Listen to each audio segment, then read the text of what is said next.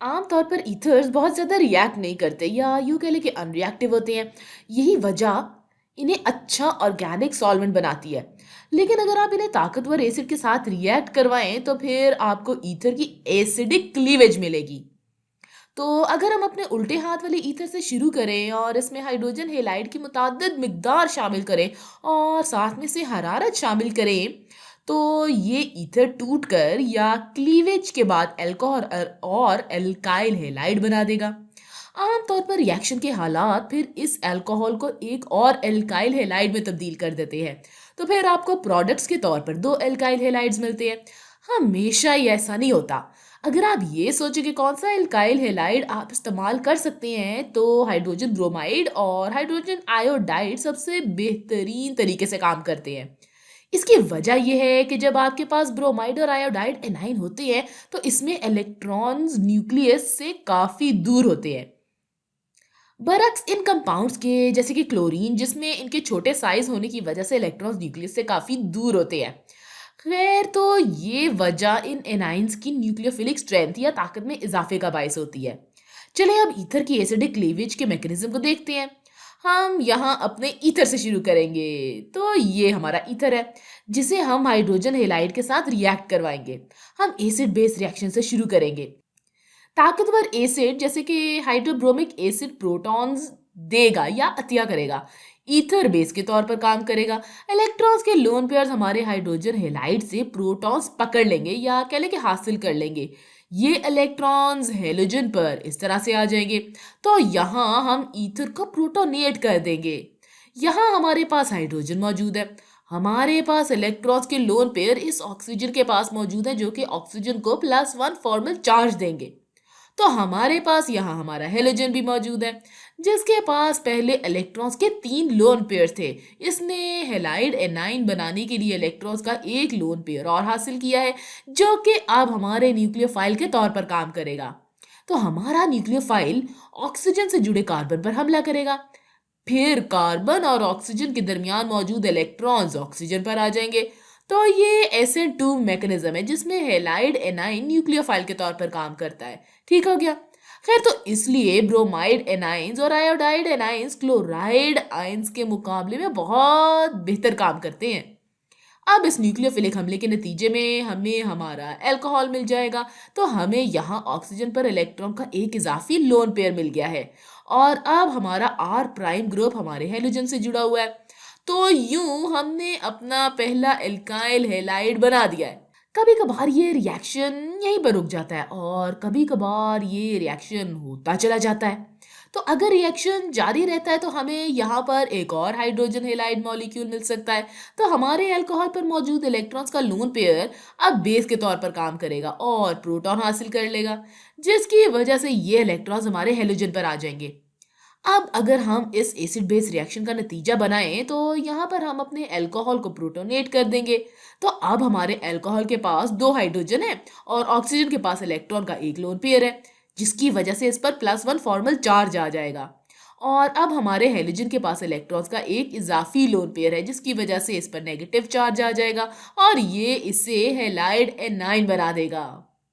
अब मैकेनिज्म के अगले मरहले में हेलाइड एनाइन हमारे न्यूक्लियोफाइल के तौर पर काम करेगा और ऑक्सीजन से जुड़े कार्बन पर हमला करेगा और इलेक्ट्रॉन्स को ऑक्सीजन के पास भेज देगा। इस तरह हम अपना दूसरा एल्काइल हैलाइड बना देंगे।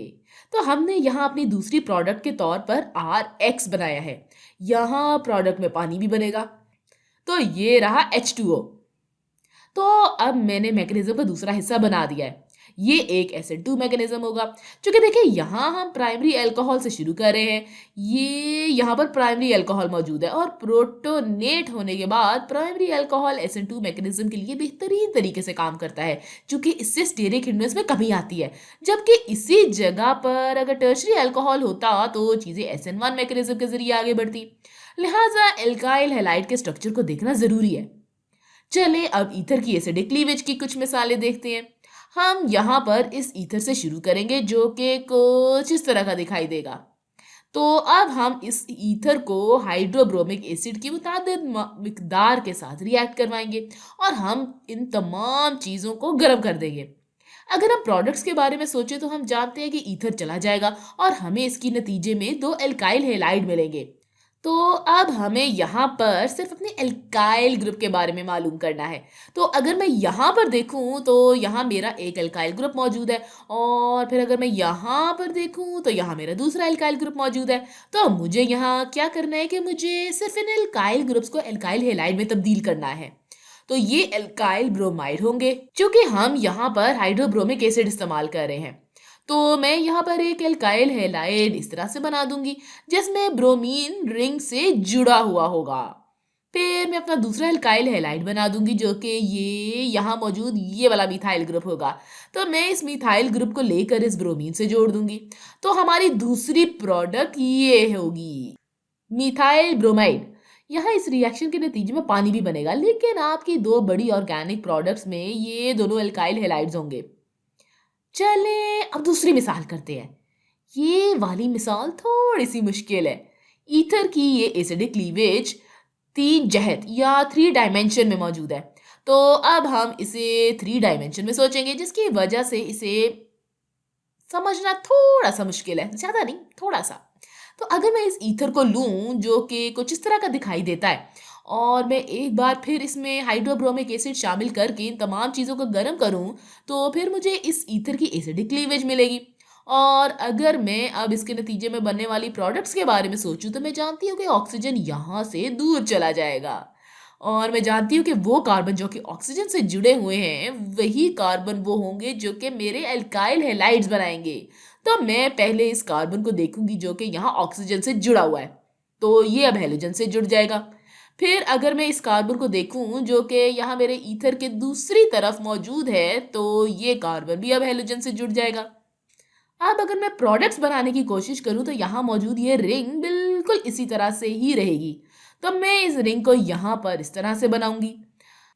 फिर पहले यहाँ मौजूद इस वाले कार्बन को देखें, लाल वाले कार्बन को। ये पहले से यहाँ पर मिथाइल ग्रुप से जुड़ा हुआ है, लिहाजा यहाँ कार्बन और ऑक्सीजन के दरमियान मौजूद बॉन्ड टूट जाएगा। और अब हम अपने हेलोजन के साथ जो कि ब्रोमीन है, हम इसके साथ अपना एक नया बॉन्ड बनाएंगे। तो हम यहाँ पर ब्रोमीन इस तरह से लिखेंगे। फिर अगर हम दूसरी तरफ इस वाले कार्बन को देखें तो अब हम इस नीले वाले कार्बन को यहाँ पर इस तरह से बना देंगे। इस नीले वाले कार्बन और ऑक्सीजन के दरमियान मौजूद बॉन्ड टूट जाएगा और फिर हमारे ब्रोमीन के साथ एक नया बॉन्ड बनेगा। तो हम इस ब्रोमीन को यहाँ बनाएंगे। तो ये हमारे दो प्रोडक्ट्स होंगे। हमें इस मॉलिक्यूल में भी दो एल्काइल हैलाइड प्रोडक्ट्स के तौर पर मिले हैं। हम इन प्रोडक्ट्स को यहाँ पर इस तरह से बना सकते हैं, या अगर चाहे तो हम इसे थोड़ा सा फ्लैट करके भी बना सकते हैं। अब चले यहाँ मौजूद इस रिंग सिस्टम के बारे में सोचते हैं। यहाँ हमारे पास किस किस्म का रिंग सिस्टम मौजूद है? इसमें हमारे पास 1 2 3 4 5 6 कार्बन मौजूद हैं। तो मैं इस मॉलिक्यूल को मुख्तलिफ तरीके से बनाऊंगी। यहाँ मेरे पास 4 कार्बन की रिंग है, तो ये हो जाएगा साइक्लोहेक्सेन।